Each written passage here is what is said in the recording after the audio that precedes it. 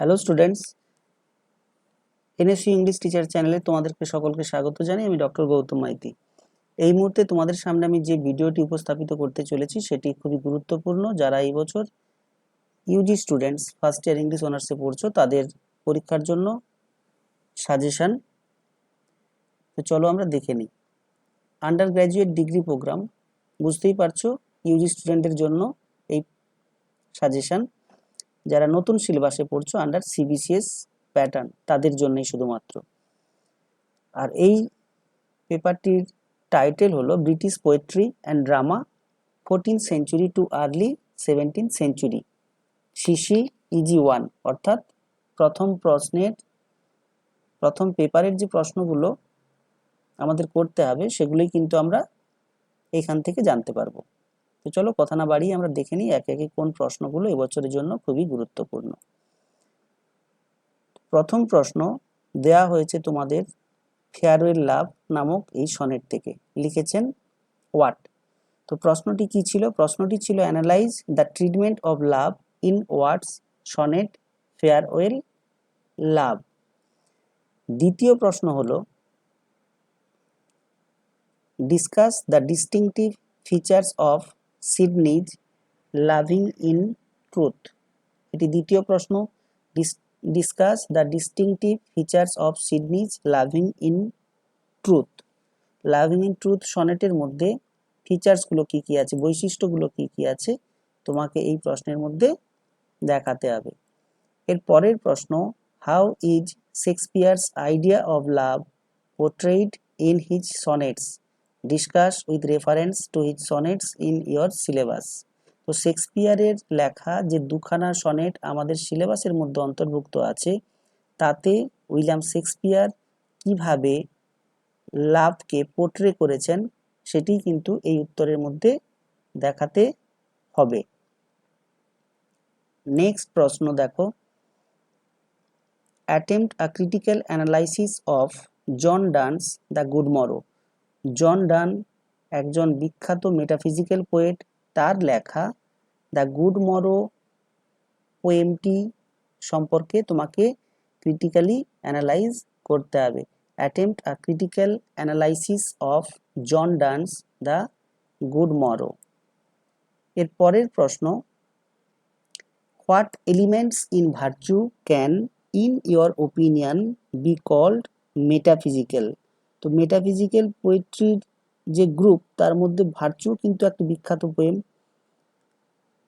তো এই পোয়েম থেকে মেটাফিজিক্যাল কোয়ালিটিগুলো কি পাই সেগুলোই তোমাকে এখানে দেখাতে হবে। What elements in virtue can in your opinion be called metaphysical. Next প্রশ্ন, এর পরের প্রশ্ন দেওয়া হয়েছে তোমাদেরকে টু হিজ কয় মিস্ট্রেস থেকে। তো টু হিজ কয় mistress is another important metaphysical poem, আমরা জানি। তো সেখান থেকে বলা হয়েছে ডিসকাস টু হিজ কয় mistress as a metaphysical poem. একই রকমভাবে এর মধ্যে মেটাফিজিক্যাল কোয়ালিটি কি আছে এই পার্টিকুলার পোয়েমের মধ্যে সেটাই তোমাকে এখানে দেখাতে হবে।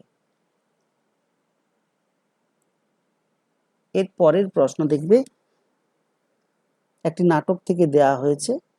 এডওয়ার্ড সেকেন্ড নামক বিখ্যাত যে নাটক আমাদের সিলেবাসের মধ্যে আছে সেই নাটকটি থেকে প্রশ্নটি করা হয়েছে। প্রশ্নটি হলো Edward second blends history and tragedy, discuss.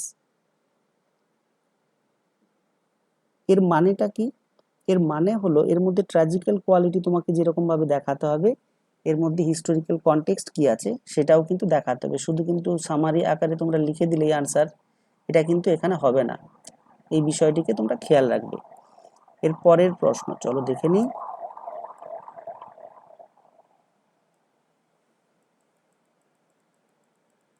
চলো নেক্সট প্রশ্ন কি আছে দেখে নিই।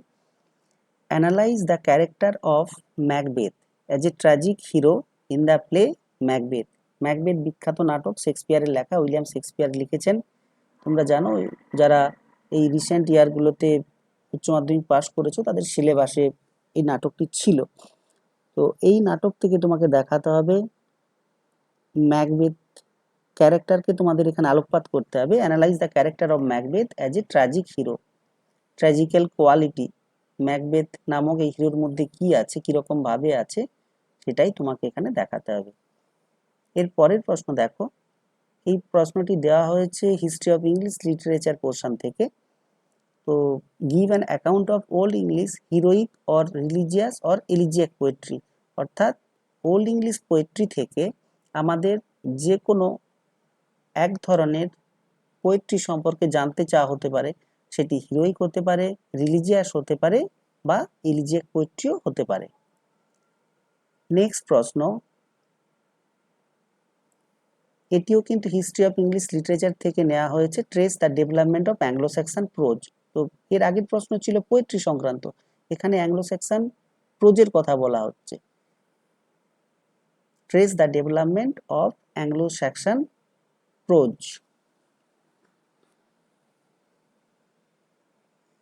ঠিক আছে, চলো দেখি আমরা এরপরে কি প্রশ্ন আছে।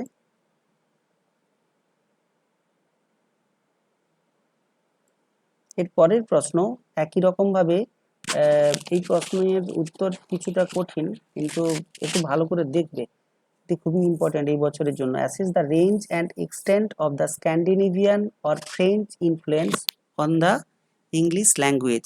এই প্রশ্নটি নেওয়া হয়েছে তোমাদের ফিলোলজি পোর্শন থেকে। তো ফিলোলজি পোর্শন থেকে যে কোনো একটি ইনফ্লুয়েন্স, হয় স্ক্যান্ডিনেভিয়ান ইনফ্লুয়েন্স বা ফ্রেঞ্চ ইনফ্লুয়েন্স, দুটোর যে কোনো একটি ইনফ্লুয়েন্স সম্পর্কে তোমার কাছে জানতে চাওয়া হতে পারে। Assess the range and extent of the Scandinavian or French influence on the English language. প্রসঙ্গত বলে রাখি, আমি এই বছরের জন্য যে সাজেশনটি তোমাদের জন্য করেছি, সেটি করতে গিয়ে কয়েকটি বিষয় আমি মাথায় রেখেছি, আর আমার মনে হয় স্টুডেন্টরাও যদি একটু মাথায় রাখো বিষয়টা ভালোই হয়। কেন, তোমাদের যে কোয়েশ্চেন প্যাটার্ন দেখবে 10, 5 আর 2 এই 3 ধরনের মার্কস তোমাদের এই প্রশ্নের উত্তরগুলোর জন্য থাকে। তো সেক্ষেত্রে যে ধরনের প্রশ্নগুলো আমি বলেছি, এইগুলো 10 মার্কের বা 5 মার্কের বা 2 মার্কের, তোমরা যদি পড়াশোনা স্টার্ট করো অবশ্যই বুঝতে পারবে। এগুলো কিন্তু একটু লং আনসার হবে, সেটাকে মাথায় রেখে করা হয়েছে। কিন্তু এরকম 10 থেকে 12টি প্রশ্ন যদি তোমরা করে নাও, আমি এটা বিশ্বাস করি যে পরীক্ষাতে তোমরা খুব ভালোভাবেই পাস করবে, এবং এর মধ্য থেকেও যদি মিড টাইপ বা শর্ট টাইপের প্রশ্ন আসে, সেগুলো কিন্তু অ্যাটেম্প্ট করতে পারবে। তো কোনো চিন্তা না করে আমার মনে হয় 10 থেকে 12খানা প্রশ্ন খুব ভালো করে যথেষ্ট গুরুত্ব সহকারে করবে, তাহলে স্টুডেন্টদের মার্কসের দিক দিয়ে কোনো সমস্যা হওয়ার কথা থাকবে না, এটুকু আমার বিশ্বাস। আর এরকম গুরুত্বপূর্ণ আরও ভিডিওগুলো যদি তোমরা পেতে চাও, বা অন্যান্য ধরনের যদি অন্যান্য কোনো পেপারগুলো সাজেশান বা কোনো এই রিলেটেড কোনো ডিসকাশন তোমরা চাও, তাহলে এই চ্যানেলটিকে সাবস্ক্রাইব করবে, আর লাইক করবে, আর বন্ধুদের সঙ্গে শেয়ার করবে। আর কমেন্ট বক্সে তোমরা জানাবে কি ধরনের ভিডিও তোমরা চাইছো, কোন ধরনের আলোচনা বা ক্লাস তোমরা চাইছো। তো চলো এর পরের প্রশ্নটি আমরা দেখে নিই। এর পরের প্রশ্ন, এটি কিন্তু টেক্সচুয়াল প্রশ্ন, চসারের লেখা 14th সেঞ্চুরির ইংল্যান্ডকে কীরকমভাবে তুলে ধরা হয়েছে সেটাই কিন্তু তোমাদেরকে এখানে দেখাতে হবে। In what ways does the General Prologue reflect Chaucer's contemporary life? প্রশ্নটি আরও একবার বলছি আমি, in what ways does the General Prologue reflect Chaucer's contemporary life? তো আপাতত এইগুলি এবছরের জন্য খুবই ইম্পর্টেন্ট প্রশ্ন হিসেবে আমার মনে হয়েছে, এগুলো খুবই ভালো করে করবে, এটা আমার বিশ্বাস। আর চ্যানেলটি ভালো লাগলে সাবস্ক্রাইব করবে, আর এরকম ভিডিও পেতে চাইলে কমেন্ট বক্সে কমেন্ট করে জানাবে। ধন্যবাদ।